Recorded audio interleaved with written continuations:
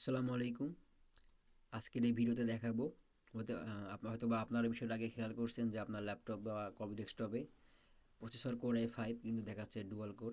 কেন এমনটা হয় এবং এটা ফিক্স করা পসিবল কিনা এই নিয়ে আজকের ভিডিও। তো কথা হচ্ছে এটা কেন দুইটা কোর দেখাচ্ছে। আসলে ভাই এটা আমার একটা ডুয়াল কোর প্রসেসর হতে পারে, এটা ইন্টেলের কোর i5 মডেলের, কিন্তু প্রসেসরটা ডুয়াল কোর প্রসেসর। তো এটা যে একটা ডুয়াল কোর প্রসেসর সেটা আমরা ইন্টেলের অফিসিয়াল সাইট থেকে দেখে আসে। দেখেন এটা ইন্টেল 3320M প্রসেসর, আমি আগে এটা সার্চ দিয়ে বের করে রাখছি। সেম ইন্টেল 3320M প্রসেসর দেখা যাচ্ছে এখানে এটা ইন্টেল অফিসিয়াল ওয়েবসাইট দেখতে পাচ্ছেন। এখানে ইন্টেল কোর সংখ্যা 2টা আর 4টা থ্রেড, অর্থাৎ এখানে যে লজিক্যাল প্রসেসর লেখা ছিল এটাই হচ্ছে থ্রেড। তার মানে ঠিকই আছে, এটা কোর i5 হলেও এটা ডুয়াল কোর প্রসেসর। এবং এখন কথা হচ্ছে এটা ফিক্স করা পসিবল কিনা, অর্থাৎ এটা 5টা করা পসিবল কিনা। না, এটা কখনো 5টা করা পসিবল না।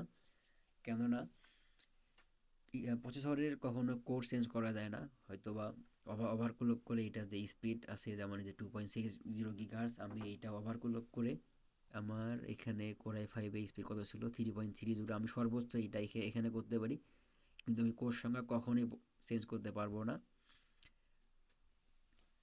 আর অর্থাৎ ক্লিয়ার যে এইটা কোনো সমস্যাই না, এইটা সব ঠিকই আছে, আপনার চিন্তার কোনো কিছু নাই। অযথা ইউটিউবে সার্চ করে প্রসেসরে কোর বাড়ানোর চেষ্টা করবেন না, যেটা পসিবল না।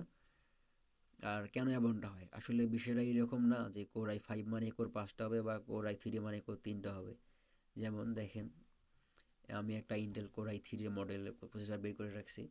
বেশিরভাগ ক্ষেত্রে এমন হয় যে এখানে দেখেন যে ইন্টেল কোর i3 প্রসেসর কিন্তু কোর সংখ্যা 4টা। অনেক সময় আবার কিছু কিছু মডেলে কোর সংখ্যা 2টা হইতে পারে। দেখেন আমার এখানে কোর i5-এর তুলনায় এখানে কোর i3-তে কোর সংখ্যা 4টা আছে, অর্থাৎ আমার এখানে কোর i5-এর থেকে কোর i3 অনেক ভালো এটা। এইগুলো বললে আবার বিষয়টা জটিল হয়ে যাবে, আমি এগুলো বলতে চাচ্ছি না কোনটা ভালো কোনটা খারাপ। আমার যে মেইন কথা সেটা হচ্ছে কোর i5 মানে কোর 5টা হবে এমনটা না। যেমন আরেকটা উদাহরণ দিই, দেখেন এখানে কোর i7 কিন্তু কোর সংখ্যা 4টা, আবার দেখেন এখানে কোর i7 কিন্তু কোর সংখ্যা 20টা, অর্থাৎ এটা প্রুফ যে কোর i5 মানে কোর 5টা হতে হবে এমন কোনো বিষয় নাই। আপনারা যখন ল্যাপটপ বা ডেস্কটপ কিনবেন, বিশেষ করে রিকন্ডিশন ল্যাপটপ কেনার সময় অবশ্যই আপনার ল্যাপটপে বা ডেস্কটপে যে প্রসেসর আছে সেটা মডেল নাম্বার লিখে সার্চ করে এইভাবে খুঁজে বের করে দেখবেন যে এটার কোর কয়টা আছে, তারপর কত ন্যানোমিটার। তারপর হচ্ছে যেমন এটা হচ্ছে আমার ভার্টিকাল সেকেন্ড মোবাইল, ওকে, যেমন এটার গ্রাফিক্স কী আছে, আরও হাবিজাবি অনেক কিছু বিষয় থাকে যেগুলা এই ভিডিওতে আমি না বলি, ভিডিওটা জটিল করতে পারছি না। তার সিম্পল একটা ভিডিও ছিল। অনেকের অনেকের কনফিউশন থাকে যে এখানে যে আমার কোর i5 কিন্তু কোর সংখ্যা 2টা, এটা কি আমার কোনো ল্যাপটপের সমস্যা কি না। এটাই জাস্ট বলার ছিল যে এটা কোনো সমস্যা না, এবং আপনারা কখনো এটা বৃদ্ধি করার চেষ্টা করবেন না।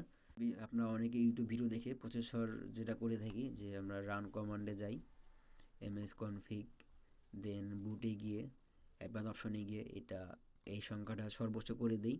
এটা করলে প্রসেসরের সংখ্যা কখনোই বাড়ে না, তবে স্টার্টআপে আপনার কম্পিউটার ওপেন হওয়ার ক্ষেত্রে ফার্স্ট ওপেন হবে জাস্ট এইটুকুই, কিন্তু প্রসেসরের কোর সংখ্যা কখনোই কম বেশি করা যায় না।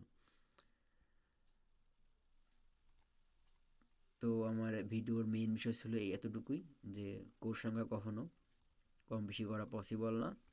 যতটুকু আছে সেটাই নিয়ে সন্তুষ্ট থাকুন, অযথা এটা নিয়ে মাথা ঘামাবেন না। আবার আর ওভার আবার প্রসেসর ওভারক্লক করার বিষয়ে যদি ভালো ধারণা না থাকে, কখনোই শুধুমাত্র ইউটিউব ভিডিও দেখে ওভারক্লক করতে যায় না, তাহলে আপনার প্রসেসর নষ্ট হয়ে যেতে পারে। আর যদি ওভারক্লক করে স্পিড বাড়ানোর প্রয়োজন থেকে থাকে, তখন অবশ্যই যে এক্সপার্ট তাকে দিয়ে করাবেন, বা এই বিষয়ে অবশ্যই অনেক ভালো ধারণা নেওয়ার পর তারপরে করবেন। ভিডিও দেখার জন্য ধন্যবাদ। আপনারা নেক্সট কোন বিষয়ে ভিডিও চান আমাকে অবশ্যই কমেন্ট করতে পারেন।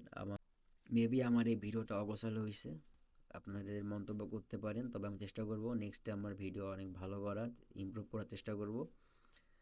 ধন্যবাদ। আসসালামু আলাইকুম।